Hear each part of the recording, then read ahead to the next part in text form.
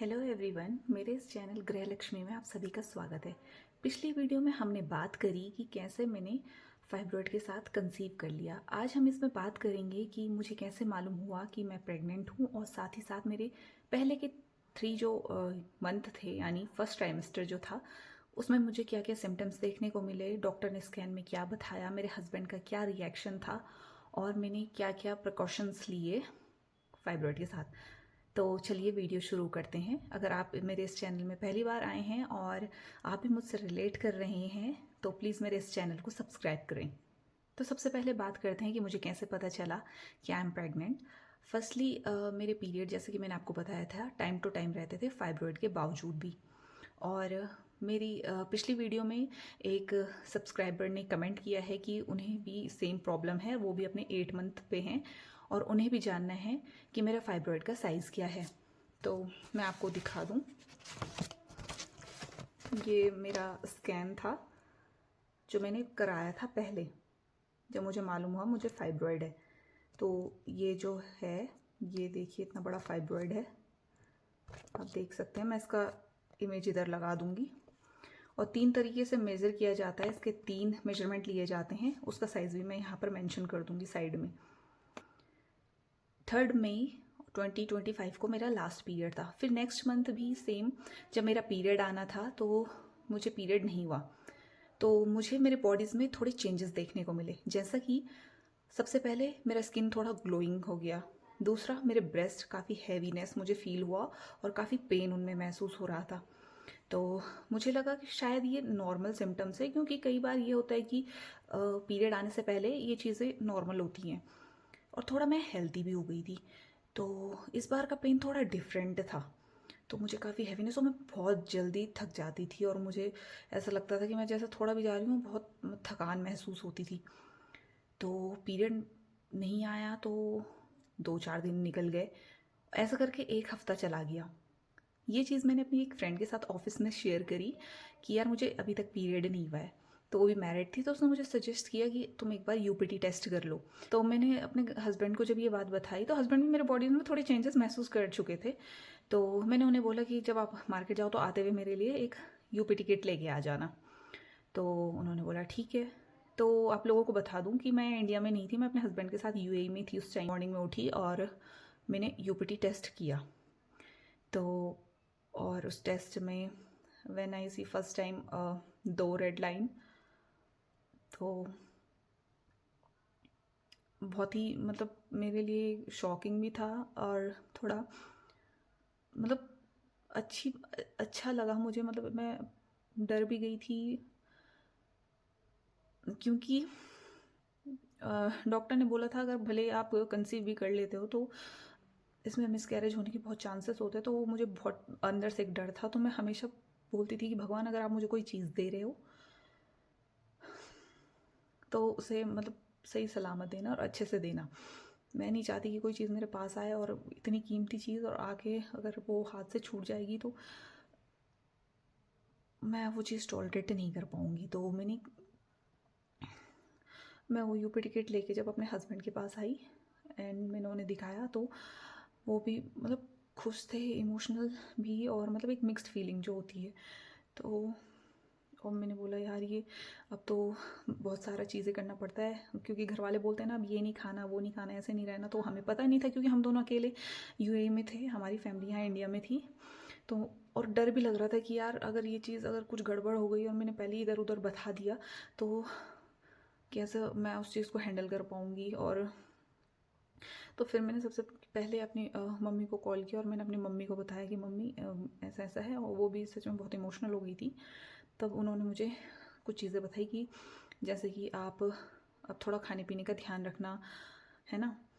तो मैंने बोला ठीक है। उन्होंने बोला कि अभी किसी को मत बताना और अभी जो है गर्म चीज़ें, पपीता और ये पाइनएप्पल, ये सारी चीज़ें नहीं खानी। बहुत सारी चीज़ें कि क्या क्या उन्होंने मुझे मना किया था उसका भी मैं इधर लिस्ट लगा लूँगी। तो मुझे उस टाइम भी यकीन नहीं हुआ। मेरे दिमाग में तभी भी ऐसा था कि यार क्या पता ये यूपीटी किट में रिज़ल्ट सही नहीं आया होगा या कुछ भी। तो मैंने कहा हम डॉक्टर के पास जाएंगे। तो नेक्स्ट छुट्टी जो हमारी थी, हम दोनों उस टाइम पे यूएई में एक डॉक्टर से मिलने चले गए। तो वो साउथ की डॉक्टर थी, काफ़ी अच्छी डॉक्टर थी।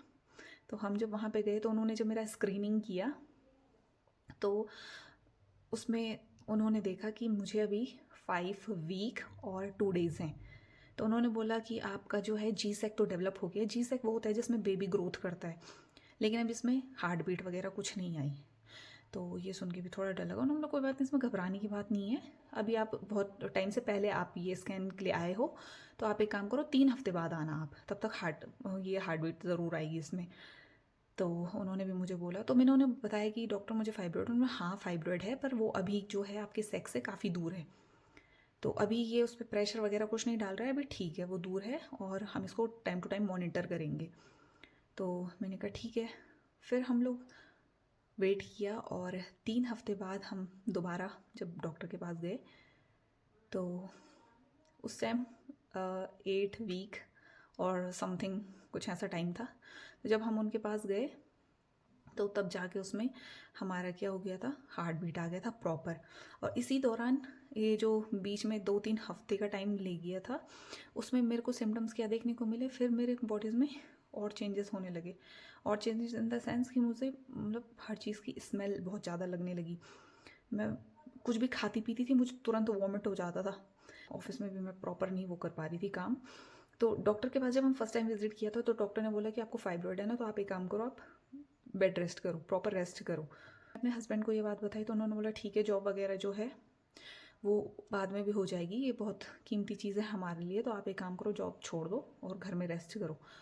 तो डॉक्टर ने मुझे दवाइयाँ दी थी, तो उस टाइम फॉलिक एसिड 3 महीने तक फॉलिक एसिड खानी होती हैं, और साथ में उन्होंने मुझे कुछ मेडिसिन एक्स्ट्रा दी थी, वो इसलिए कि कहीं मिसकैरेज ना हो जाए। तो जब उन्होंने मुझे वो दवाई दी तो मैं वो दवाइयाँ लेती थी। तो आप यकीन नहीं मानोगे, मतलब दवाई लेने के लिए भी आपको पहले कुछ खाना पड़ेगा, शरीर में कुछ जाएगा तभी, लेकिन इतना गंदा नौजिया होता था मुझे। और मुझे कोई किसी भी चीज़ की अगर स्मेल लगती थी ना, मैं तुरंत, मुझे किसी चीज़ में टेस्ट ही नहीं आया, फिर भी मेरे हस्बैंड मुझे ज़बरदस्ती खाना खिला लेते थे। नारियल पानी वगैरह पिया, मैंने क्या क्या खाया उस दौरान जिससे मुझे थोड़ा हेल्प मिला नौजिया में, तो वो मैं इधर लिख लूँगी। मॉर्निंग मेरे हस्बैंड ने बोला कोई बात नहीं, अगर तुम वॉमिट भी होगी कोई बात नहीं, तुम खाओ, खाकर ही जो भी होगा वो बाहर आएगा, लेकिन खाली पेट मत रहो।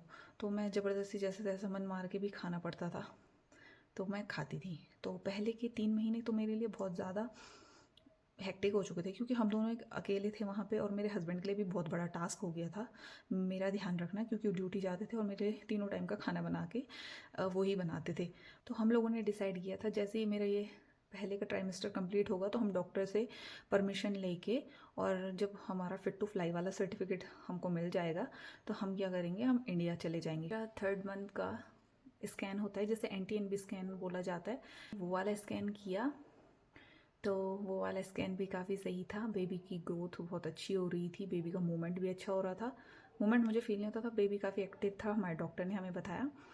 तो फिर उसके बाद उन्होंने बोला कि फाइब्रॉइड अभी भी काफ़ी दूर है बेबी से, और बेबी उसे पुश कर रहा है, तो फाइब्रॉइड अभी बेबी को कुछ दिक्कत नहीं कर रहा है, तो आप लोग इंडिया जा सकते हैं। तो आज की वीडियो में इतना ही। और मैं आप सबसे एक बात और कहना चाहूँगी कि हमेशा पॉजिटिव रहो, पॉजिटिव सोचो। मैं जानती हूँ कि बोलना बहुत इजी होता है, पर कहीं ना कहीं माइंड आपका उस तरफ भी जाता है।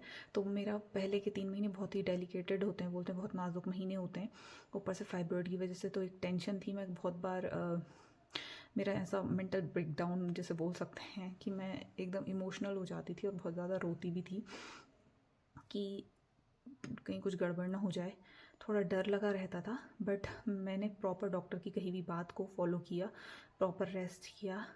मेरा मन नहीं भी होता था, मुझे वॉमिट भी होती थी, मैं तभी भी ज़बरदस्ती खाती थी, तो प्रॉपर खाना वाना खा रही थी।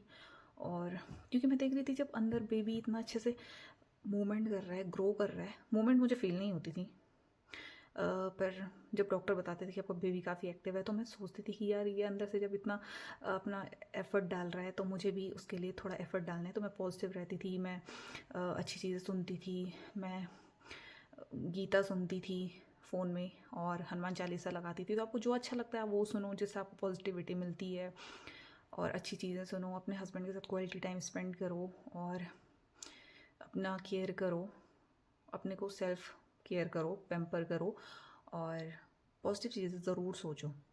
तो इससे ये होगा कि आपका एक तो माइंड गलत जगह नहीं जाएगा, और आपके दिमाग में नेगेटिव थॉट नहीं आएंगे।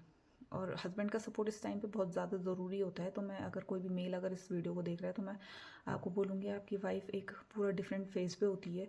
उनकी बॉडी बहुत सारे चेंजेस होते रहते हैं, उन्हें इरिटेशन भी होती है। क्योंकि मुझे खुद होता था, मैं अपने हस्बैंड पे कई बार ना गुस्सा भी हो जाती थी, क्योंकि जब मुझे खाना खाया नहीं जा रहा था और मुझे टेस्ट भी नहीं लगता था खाने में, तो मैं सारा गुस्सा अपने हस्बैंड पे भी निकाल देती थी। तो वो कुछ नहीं बोलते, मुझे तभी भी बहुत अच्छे से पैम्पर करते थे। तो मैं अपने हस्बैंड के लिए भी बहुत थैंकफुल फील करती हूँ कि उन्होंने मेरा इतना साथ दिया। और सोते टाइम हमेशा मेरे सर पे ऑयलिंग करना, हाथ पैर की मालिश करना, मतलब बहुत अच्छे से उन्होंने मेरा केयर किया। तो मैं सभी को बोलना चाहूँगी कि आप अपनी वाइफ का केयर करो, क्योंकि वो आपके बेबी को इस दुनिया में लाने के लिए इतना ज़्यादा स्ट्रगल करती हैं, अपनी पूरी बॉडी में इतने चेंजेस फील करती हैं। तो आपका भी थोड़ा फ़र्ज़ बनता है कि आप उनका ध्यान रखें।